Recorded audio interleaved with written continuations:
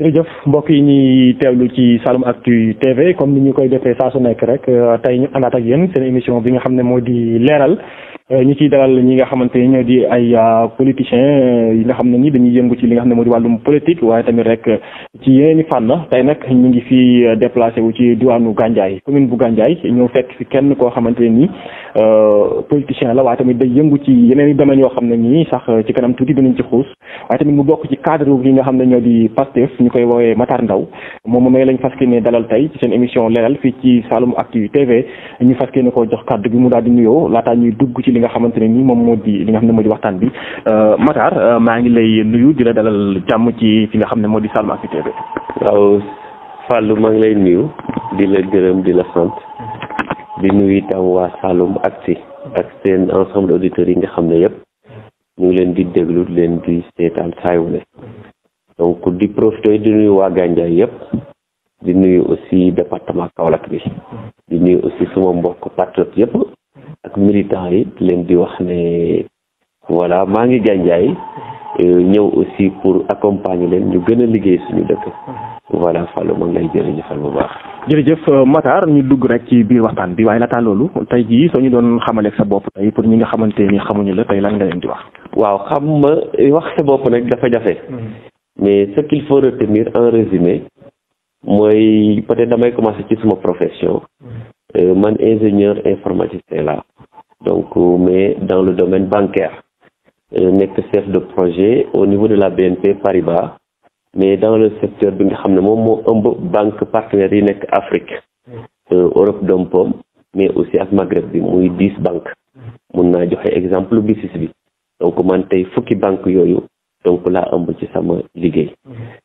ci wàllum nag association je pense que ci loolu lañ ma njëkk xam ne sax muy humanitaire ma commencé ko depuis aussi 1999 di réaliser beaucoup de choses ci secteur yu bëri je pense que suñ ci yëg see xam naa nañ ci gën a xuus donc foofu lañ ma gën a xamee sax ko politique bi maintenant ma tàbbit ci politique bi nga xamee ne gis naa ne y a vraiment un limite ci li may def limite bi mooy lan c'est-à-dire que di nga joxe di maye tout le temps mais li ngay maye souvent doo mën a def suivi bi ba mu yëgg fa mu war a yëgg leen la ca topp di nga dem ba mën lu ëpp li nga xamante ne mënoon nga ko mais dañ lay laajte des questions de légitimité et de légalité yow yaay kan ci sa dëkk ba mun leen di ñaanal lu toll nii pour yóbbul leen ko muy des projets yoo xam ne c'est des projets de masse loolu nag moom moo ma yëpp ci politique ma ñëw itam bokk ci parti bi ngay xam ne mooy les patriotes donc di militer fii ci Gandiaye donc voilà en quelque sorte en résumé kooku moom mooy Matar ci lu muy liggéey ak maanaam fi nga xam ne moom la commencé balaa muy nekk politique muy l'humanitaire aussi vraiment nekk koo xam ne it vraiment man awma problème awma xaar yàlla ak kenn daal wala dégg la kon dégg nañ kàddu yi mu mel ne tey dañuy dugg ci waxtaan bi comme ni nga ko waxee sànq nga nekk ci mbiri banque foofu sax la ñuy dooree laataa ñuy ñëw ci mbiri politique bi ndax ñu gis mbas mi daal di frappé dëkk yëpp rawatina fii Sénégal tey en tant que yow mu nga xam ne sa xam-xam màcc na ci mbiru yooyu noonu surtout si wàllum banque tey économie bi Sénégal daal di ci am problème bu métti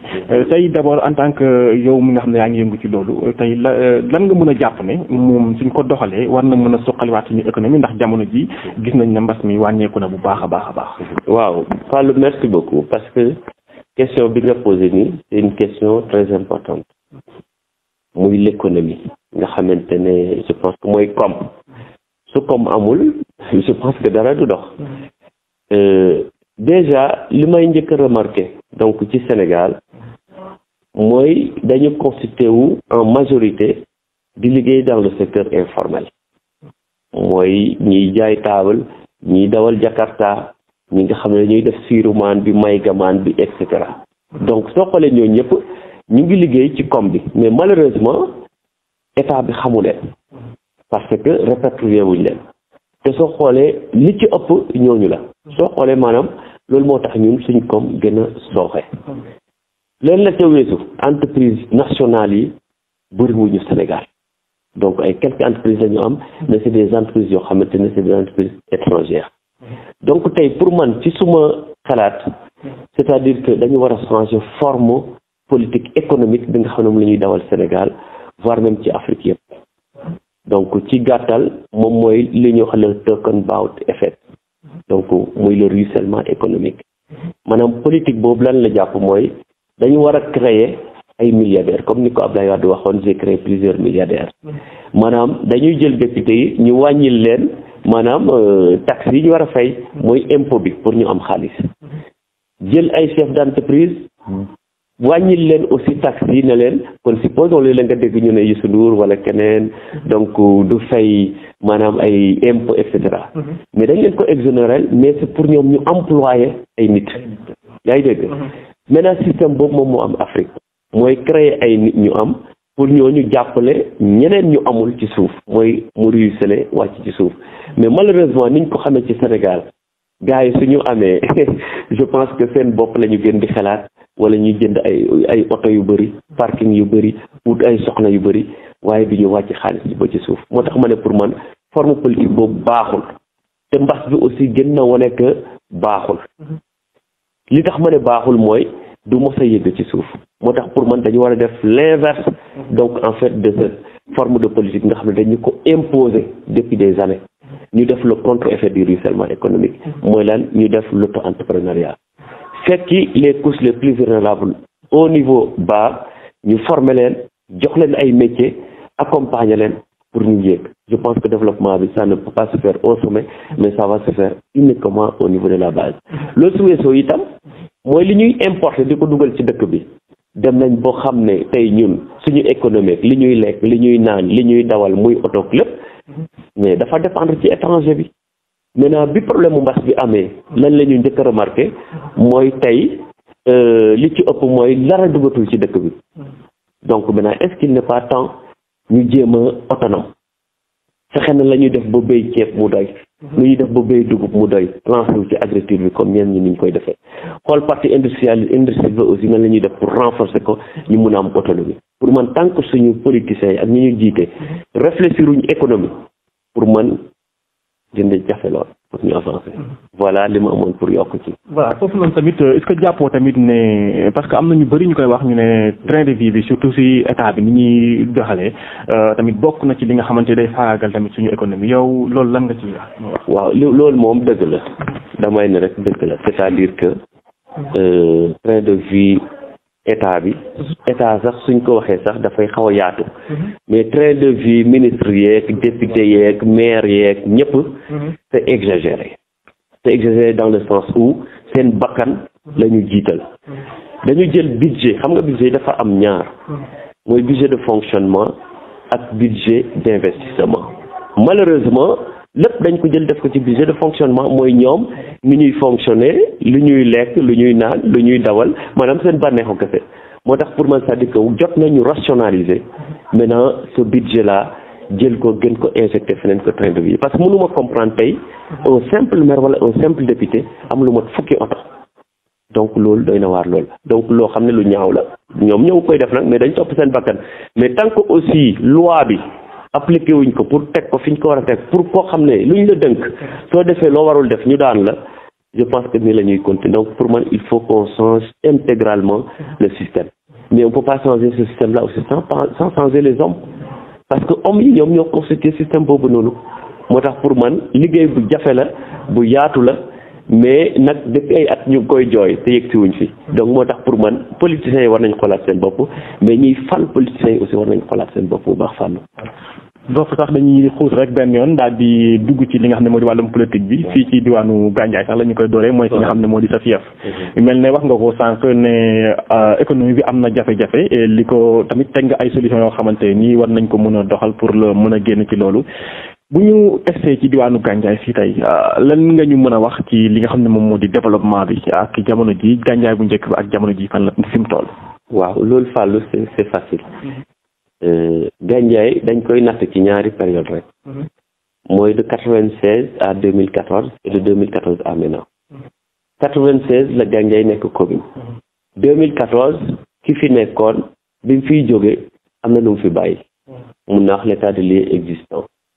ci ngay gis marché bi ci ngay gis arène bi ci ngay gis stade bi ci ngay gis lépp lu am ci biir Gandiaye depuis 94 ba léegi nag man gisuma leneen lu fi jébbi honnêtement gisuma lu fi jébbi du côté économie du côté éducation du côté santé du côté sport du dara parce que suñu demee ba dëkk bu yem ni Gandiaye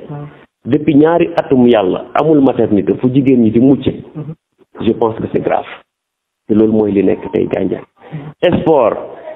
nawetaan je pense que c'est partout ça amatul mais vraiment aussi nit ñi balaa nawetaan nit ñaa ngi doon jooy ay coupe de mer yoo xamante ne teguñ ko muy loo xam ne encore doy na waar loolu su weesoo comme ni ma ko waxee du ma wax ne dara doxu fi mais gisuma ko tout ce que je vois daal mooy c'est une équipe municipale avec son maire buy recevoir un budget annuel at su jeexee mu def bilan mais kenn xamul fan la ko dugal xanaa fonctionnel la ko dugal waaye hôpital kenn gisu ko donc je peux dire que daal vraiment ci côté boobu noonu Gandiaye dafa dellu ginnaaw donc de 2014 à maintenant dellu ginnaaw bu garaaw sax. mais yaakaar naa ne équipe municipale bi nekkul maire bi kese am na ay conseillers tey conseillers yooyu noonu tey yaakaar naa ne lan mooy seen njëriñ ci li nga xam ne moom moo di doxalinu dëkk bi. waaw xam nga conseiller la rek maanaam da ngay ñëw ñu def un conseil municipal. Le maire il propose des choses ñoom itam ils ont le droit de proposer des choses ñu voté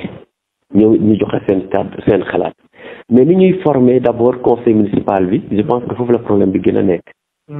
waaw mooy ñi ci ëpp ci maire yi suñuy former conseil municipal dañuy fexe ba ci liste ya ñuy def ñay topp seen ginnaaw nekk ñoo xam ne dañ leen di déggal wala itam duñ leen ëpp xam-xam. seeni farandoo daal. seeni farandoo te loolu pour man dina la arranger dans le sens où foog nga ne mun nga leen a noot loo wax ñu topp sa kaw mais du la arranger parce que duñ la mun a conseiller liñ la war a conseiller duñ mun a taxaw bi ñu war a taxaw loolu aussi pour man c'est un manquement mais conseil mënul dox itam te maire bi doxul parce que c'est lui le pilote moo war a proposer politique économique bi sociale beeg lépp war leen yoon bi. ba pare nekk koo xam ne itam mën na indi comme renforcer ko pour que nit ñi nga xam ne ñooy conseil bi mun a gis bu faax fu mu leen jëmale ba su leen ne waaw nañ leen def dara ñoom ñu gis ne lii la leen war a def mais yow ci sa bopp soo xamul fi nga jëm sa conseil municipal lu ñu xarañ je pense que ça servira à rien et c'est le cas de Gandiaye semble-t-il aussi c'est le cas de plusieurs communes au Sénégal mais cas wu Gandiaye rek la mun a wax parce que conseil ba bon honnêtement man am na ñu fa xam ñoo xam ne xarañ nañu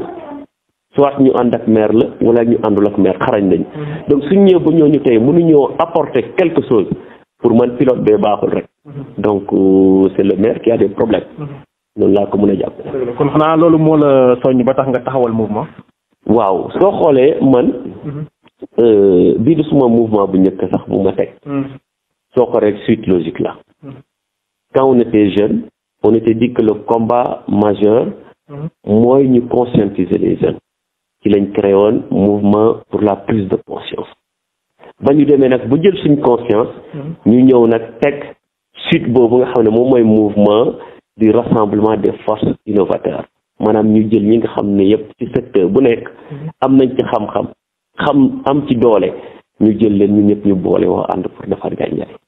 xam nga mais en politique aussi il faut avoir une base politique pour être vraiment un politicien donc soo àndul ak mouvement wala nekkoo ci parti je pense que donc dafay mel ni rek xottu nga rek buy dox donc te loolu toujours résultat bi vraiment qui est le nombre en fin de compte donc vraiment mun na la gàllankoor donc loolu am na mais man li gën a tax ma engagé wu mooy c'est parce que xam naa ne mën naa amal Gandiaye njëriñ parce que maa ngi amal Gandiaye njëriñ sans ma nekk maire sans ma nekk conseil municipal en tant que citoyen simple au même pied d'égalité que xale bi juddu démb loolu mooy sama statut mais nag terewul maa ngi jëriñ Gandiaye boobu ma ko war a jëriñ. justement ci njëriñ boobu la ñuy ñëw yaakaar naa ne am na ay actions yu bari yoo ci def yoo xam ne ñun sax gis nañu ko ndax yàgg nañ ko couvrir tey ndax mën nga dellusiwaat rek yenn ci action yooyu nga xamante ni jot nga ko def ngir askanu Gandiaye. waaw action yi bëri na lool Fallou parce que xam nga moi comme j'ai dit j'étais dans l'humanitaire def rek la tuddul leneen 99 ba tey donc yàgg na. donc ñaar fukki at la ba teg donc li ma def bëri na mënuma ko lim yëpp mais peut-être damay jël rek par secteur soo xoolee au départ man éducation laa commencé parce que je me suis dit que xëy na du ma nekk jàngalekat il faut ma rendre maanaam liñ ma jàngal à ces professeurs là moo taxoon ma plongé ci éducation bi di former des étudiants di leen di may ay livres boo créer sax une bibliothèque communale au niveau de Gandiaye qui est l'unique et première bibliothèque communale de la commune dans l'éducation. xale yi ku am bac su ma ko yëgee ma jox la bourse nga dem université Nelson Mandela dem jàng fa ñetti at yoo xam ne doo fay dara. waaw nga ñëw aussi maanaam ci côté entrepreneuriat bi avec les femmes loolu vraiment man maa ko innové maa ko indi Gandiaye donc di jël femmes yi di leen di former ci la production soit de l'eau de Javel soit du savon omo beeg lépp peinture et tout ma jox leen matériel accompagner leen pour ñu mënal seen bopp tey toll nañ ci lu mot ci ñaar fukki groupement ci biir Gandiaye ñu dem ba mu jéggi Gandiaye nag dem ci commune yi environnement comme Thiomby dem nañ fi Kaolack dem nañ fi Njagañaaw dem nañ fi Yëmbal partout ñu ñuy solliciter donc mu nekk lu ma def Gandiaye su lu weesoo nag côté santé bi depuis des années maa ngi ciy yëngu façon matériel bu nekk indi naa ko ma may ko maternité bu Gandiaye ba poste de santé bi à chaque fois ma dem fa gis ne miir yi yàqu na génn naa sama poste ut ay nit ñu reconfectionné ko ñu dem ba gis ne loolu yëpp ñuy def itam doyul parce que à chaque fois suñu dellusee toujours dañuy fekk affaire bi nekk dans un état délabré ci lañ nag xuus ñu gën a sori ñu ne léegi dañuy tabax sax maternité yàlla may ñu itam ak fondation boo xam damay liggéey ñu am budget bi muy 22,750,000 francs CFA ñu daw ci kaw autorisation pendant je peux dire 8 mois balaa ko le ministre donc di tutelle mooy de la santé donc di signer dossier boobu biñ ci jegee li ci toppoon mooy ñu informer le maire de Gandiaye jox ko tous les papiers qu'il faut pour ñu démarrer chantier bi loolu itam def nañu ko niñ ko waroon defee ma woo ko téléphone expliquer ko lépp li nekk ci biir sans nëbb ko dara parce que moi je suis un homme transparent alors depuis nag weer mu ngi ci loxoom waxuñu dara le 8 bii la ñu waroon démarrer donc en fait la construction mooy le 8 octobre waxuñu dara ba léegi donc kon yàlla def na nag maa ngi Gandiaye dama fas yéene dox ak samay tànk dem ba ca moom ca mairie ba ma laaj ko fu mu toll parce que nit balaa ngay jooytu ci ñeneen da nga war a xam li nga joxe fan la ci toll su ko defee lu ma wax rek dina xam léegi nan laa ci taxawee parce que loolu dañ koy defal suñu soxna yi suñu yaay yi suñu jarbaat yi mais man góor la moom góor la duñ yàgg bañ dem fa te je pense que ñaaw na lool Gandiaye amul maternité ba di ko jéggaani feneen bu ay at. mais est-ce que jàppoo tamit ne li nga bëgg tey toogoom moom moo tax yenn kii xaw a yéex wala gàllankoor yaa bon ça peut être bon au départ je me disais que lenteur administrative la parce que Sénégal généralement lu jëm ci administratif dafay xaw a yéex signature yeeg circuit bi muy jaar sax dina jóge Dakar dem direction ba ñëw Kaolack au niveau départemental santé dem ci chef de district sanitaire bi wëñeekuwaat ci moom et cetera loolu laa jàppoon waaye nag depuis weer ak léegi jàppatuma lenteur la rek damay jàpp ne xëy na am na lu muy calculer ci ginnaaw muy ay calcul politique et je pense que loolu su ma doon moom de duma ko def dans le sens où lu amul Gandiaye la nit indi ko parce que li ñuy def tey nguur moo ko war a def man waruma ko def donc def ko tey mooy jàppale nguur def ko aussi moom mooy jàppale ko moom ci boppam parce que population bi mu jiite sonn nañu ñu am soulagement moo tax pour man su ci raxee lu dul leneen wala mu rax ci politique je pense que bëgg Gandiaye am def na daal waaw mën naa ko tuddee doon nga soobu ci wàllum politique yaakaar ne jamono ji tamit ñu lay gis ngay jàppal tànk ki nga xam ne moom moo di Ousmane Sonko lan moo lié ak moom waaw Ousmane Sonko soo xoolee li ma lié ak moom xëy na particulièrement liéwul ñeneen ñi ak moom parce que je le connaissais pas auparavant donc man dama mës a jàpp que duma bokk ci benn parti politique parce que bëgguma ku ma poñee ginnaaw bëgguma ku ma jéem a noot bëgguma ku ma def loo lu ma bëggul wala loo xam ne baaxul moo tax j'ai toujours tenu la ligne de conduite que man duma bokk ci parti politique damay am suma mouvement libre d'action di ko defee ni ma ko xelaate ak ni ma ko mëne alors boobu benn jour puisque man j'ai toujours prôné que pour ñu développer Sénégal il faut ñu retourner dans l'agriculture ma gis muy lancer VAP ma toogaat je me suis toujours dit depuis des années lu ëpp ñaar fukki at que pour ñu régler les problèmes du Sénégal gën a dynamiser les hommes il faut ñu revenir encore faire l'armée pour tous mooy étudiant bu am bac au minimum ñu yóbbu la armée les 3 mois balaa ngay dem université ma gis mu nga ma ne pourquoi pas ñu ñëw renforcer ko pour que su jotee réew mi politique boo nga xam ñu ngi ko doon xalaat foog ni lu baax la parce que pratiquer nañ ko ñu jëmal Sénégal kanam vraiment loolu moo ma lié ak moom au départ dem naa nag ba rencontré ko toog ak moom déglu ko xam ne itam gis naa ne am na lu mu gëm bëgg na Sénégal te Sénégal jaral na ko itam mu sacrifier boppam voilà ce qui me lie avec lui. voilà ñuy jëm ci élection locale yi ñu mel ne li ci des bëreetul fii ci cette commune la. donc yow da ngay xaar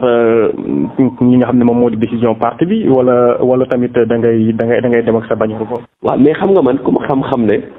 du ma toog. c'est-à-dire que fu ma toll maa ngi wëri nit. parce que dama xam luy politique. xam liy résultat politique c'est le nombre. mooy depuis loolu itam damay wër ay nit rek. di wër rek parce que c'est le nombre final qui importe. du dëgg. alors toog di leen di déglu parce que soo amee ay kilifa da ngay déglu say kilifa ak yaat ak teggin lu suñu waxee ba pare jël seen responsabilité yow itam nga jël sa responsabilité su responsabilité biñ jël méngoo na ak dëgg nga topp ca su méngoowul ak dëgg nag on est en politique nga jël sa responsabilité wane ko liñ def méngoowul ak dëgg voilà mais je pense que Gandiaye gii ñu toll kenn xalaatul ne Matar Ndao du nekk candidat non kenn xalaatu ko te man itam je pense que xalaatuma ko mais nag yàlla mooy def lu mu def rek baax na mais xalaatuma ma ñàkk a nekk candidat non. mbébét yi lan la ci jëmale mbébét yi nga am jëmale ko ci commune bi. alors li ma am kon mbébét jëmale ko ci kanam commune bi dama koy résumer rek ci ñetti axe d'abord li ci gën a am solo mooy comme li ma wax mooy volet santé bi. ma parvenu tabax unité d'accouchement bi entrepreneur bi suñ ko waxoon suba mu commencé yàlla defit muy doomu Gandiaye xaalis beeg lépp disponible su ma ca paree hôpital ba nga xam ne depuis 2004 ba léegi mu ngi taxaw am naa ay solution pour tabax ko dinaa ko tabax su ma weesoo ci loolu Gandiaye dafay taa guddi ak bëccëg melul ni kaw la nag mais dañu am xur bu ñuy wax Ndama en 2014 bëgg a gagné Pape Songde bi mu nekkee candidat mu ñëw suul ko ak ay tracteur yoonu ndox kenn du ko suul ñàkk xam-xam la ci côté boobu noonu dama bëgg jël foofu ma def ko canal boo xam day traversé dëkk bi muy le canal de Ndama ci catu dëkk ba mooy côté Kër Pa Mor Fall Ngaraaf ñu def fa bassin de rétention côté bële ci Bokane ñu def fa bassin de rétention ñu exploité ko def ko di maraîchage boo pare def ko ay trottoir de telle sorte que ku nekk dina fa mun di taxaw fiixlu doxantu fa même naa ne fa café su loolu weesoo itam mooy sooy dem ville dafa am source d'eau bu fa nekk nga xamante ne ñun on avait un projet même en 2014 avec le docteur El Hadji Gueye mooy le maire sortant parce que man 2014 moom laa soutenir te nëbbuma ci dara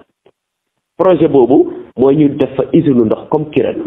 ñu bëggoon ko tuddee Ñaxabaan di lota muy tote mu dëkk bi ñu am 16 milliards bu disponible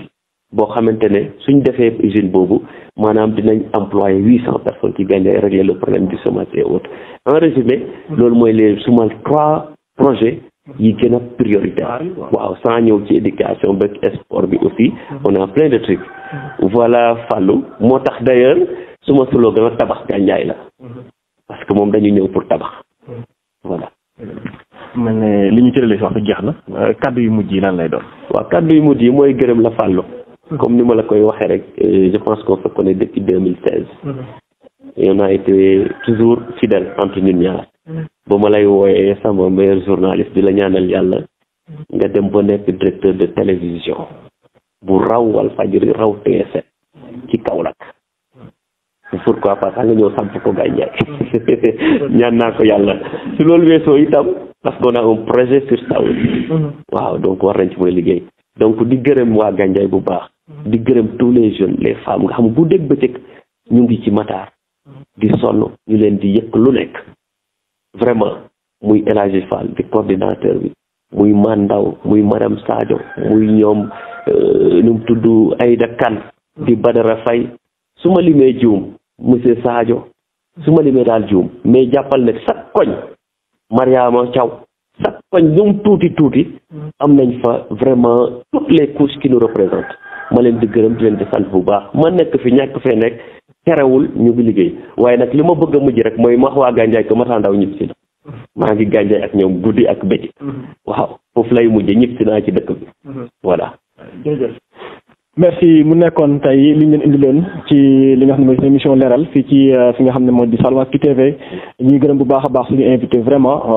ubbil nañu ay buntam tey ñu fekk ko fii ci diwaanu Gandiaye vraiment waxtaan bu am solo yaakaar naa ne tamit yéen ñi nga xam ne yéen ñuy seetaan à chaque fois di ngeen aimé li nga xamante ni moo di waxtaan bi nga xam ne ni jot na fee am di leen jaajëfal bu baax a baax di leen wax ne rek way leen di topp programme bu Saloum Actu TV li gën a neex mi ngi ñëw ci kanam di gërëm bu baax a baax ki nga xamante ni moo di suñu caméraman Mohamed Diaw leen jox di daje rek fii ak fukk fan ak juróom incha allah ci beneen émission leeral jaa ngeen jëf